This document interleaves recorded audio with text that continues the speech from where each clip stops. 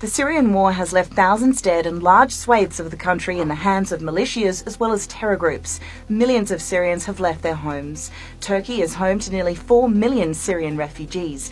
Its aim in this operation is to create a peace corridor along the Syrian-Turkish border, where refugees can be resettled and live free from fear of the Assad regime or terror groups. The area Turkey is trying to clear was once home to Kurds and Arabs, but many locals have fled the area. This is what Syria looked like when Daesh was almost at the height of its power. So, if you were a Syrian who did not support the regime, Hayat Tahrir al-Sham, the YPG or Daesh, you basically had to submit to their rule or try to flee. Millions of refugees have been driven out of the country and thousands have been killed by Daesh, but mainly by the Syrian regime. The YPG, who is a terrorist group affiliated with the PKK, has also played a role. In 2015, Amnesty International released a report outlining how YPG groups deliberately burned down villages and forced displacements. Turkey is also seeking to clear its border from the group that has shelled Turkey and killed hundreds of people for years. In 2016, Turkey launched Operation Euphrates Shield. Its aim was to drive Daesh and the YPG out of northern Syria. Then, in 2018, came Operation Olive Branch in Afrin. As a result of the two operations, at least 340,000 refugees were able to return home. And today, Turkey is carrying out Operation Peace Spring to create a 480-kilometre long, 30-kilometre wide safe zone. These are the obstacles preventing them from doing that. Since 1984, the PKK, an armed organisation, has been fighting against the Turkish state, claiming the lives of more than 40,000 people. According to a CIA fact book, there is estimated to be around 12 million Kurds in Turkey. The PKK claims to lead a struggle for the right of self-determination for Turkey's Kurdish population, which is not supported by every Kurd in Turkey. This group is recognised as a terrorist organisation not only by Turkey but many entities, including the European Union, NATO and the United States. And yet the US has trained and armed the YPG since 2015.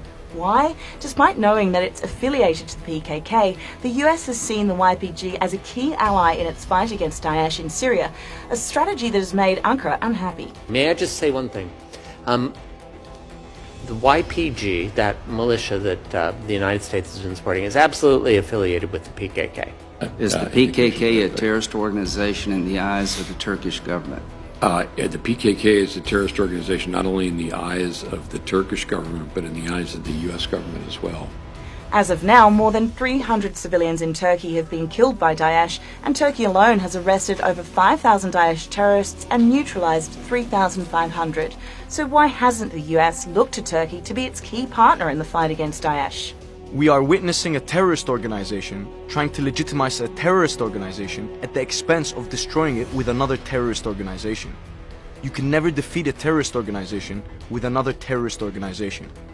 Instead, the US support of the YPG has emboldened the terror group, claiming to represent Kurdish interests. Yet many Kurds, if not the vast majority of them, oppose the YPG and the PKK. But that's not all.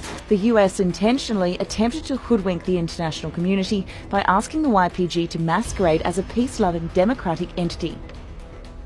They formally called themselves the YPG, who the Turks would say equated to the PKK. You're dealing with a terrorist enemy of mine. How can you do that, ally? So we literally played back to them that you got to change your brand. What do you want to call yourself besides the YPG? And with about a day's notice, they declared that they were the Syrian Democratic Forces. I thought it was a stroke of brilliance to put democracy in there somewhere. In 2019, UN Secretary-General Antonio Guterres said the YPG recruited 313 children and used many schools for military purposes. And that's not all. I was just speaking a little while ago with Senator Rubio about the Kurdish militia that we have relied upon. That Kurdish militia has been accused of war crimes by groups like Amnesty International. In some cases, Syrian refugees flee it and don't go towards the Kurdish areas. They run away from them. They go into Islamic State territory. As this operation begins to unfold, the YPG has threatened to release Daesh prisoners to thwart Turkey's attempt to secure the area and make it safe for refugees to return. Reports are already emerging that a prison holding 800 Daesh members formerly under YPG control is now empty. The prisoners have been let loose. So why is Turkey fed up? Turkey is the country with the largest Syrian refugee population. For years, it has asked for help from the UN and the EU to do its share in the humanitarian crisis and help create a safe zone to resettle refugees. Turkey has turned to its allies to get rid of groups terrorising the Syrian people, but the requests have fallen on deaf ears.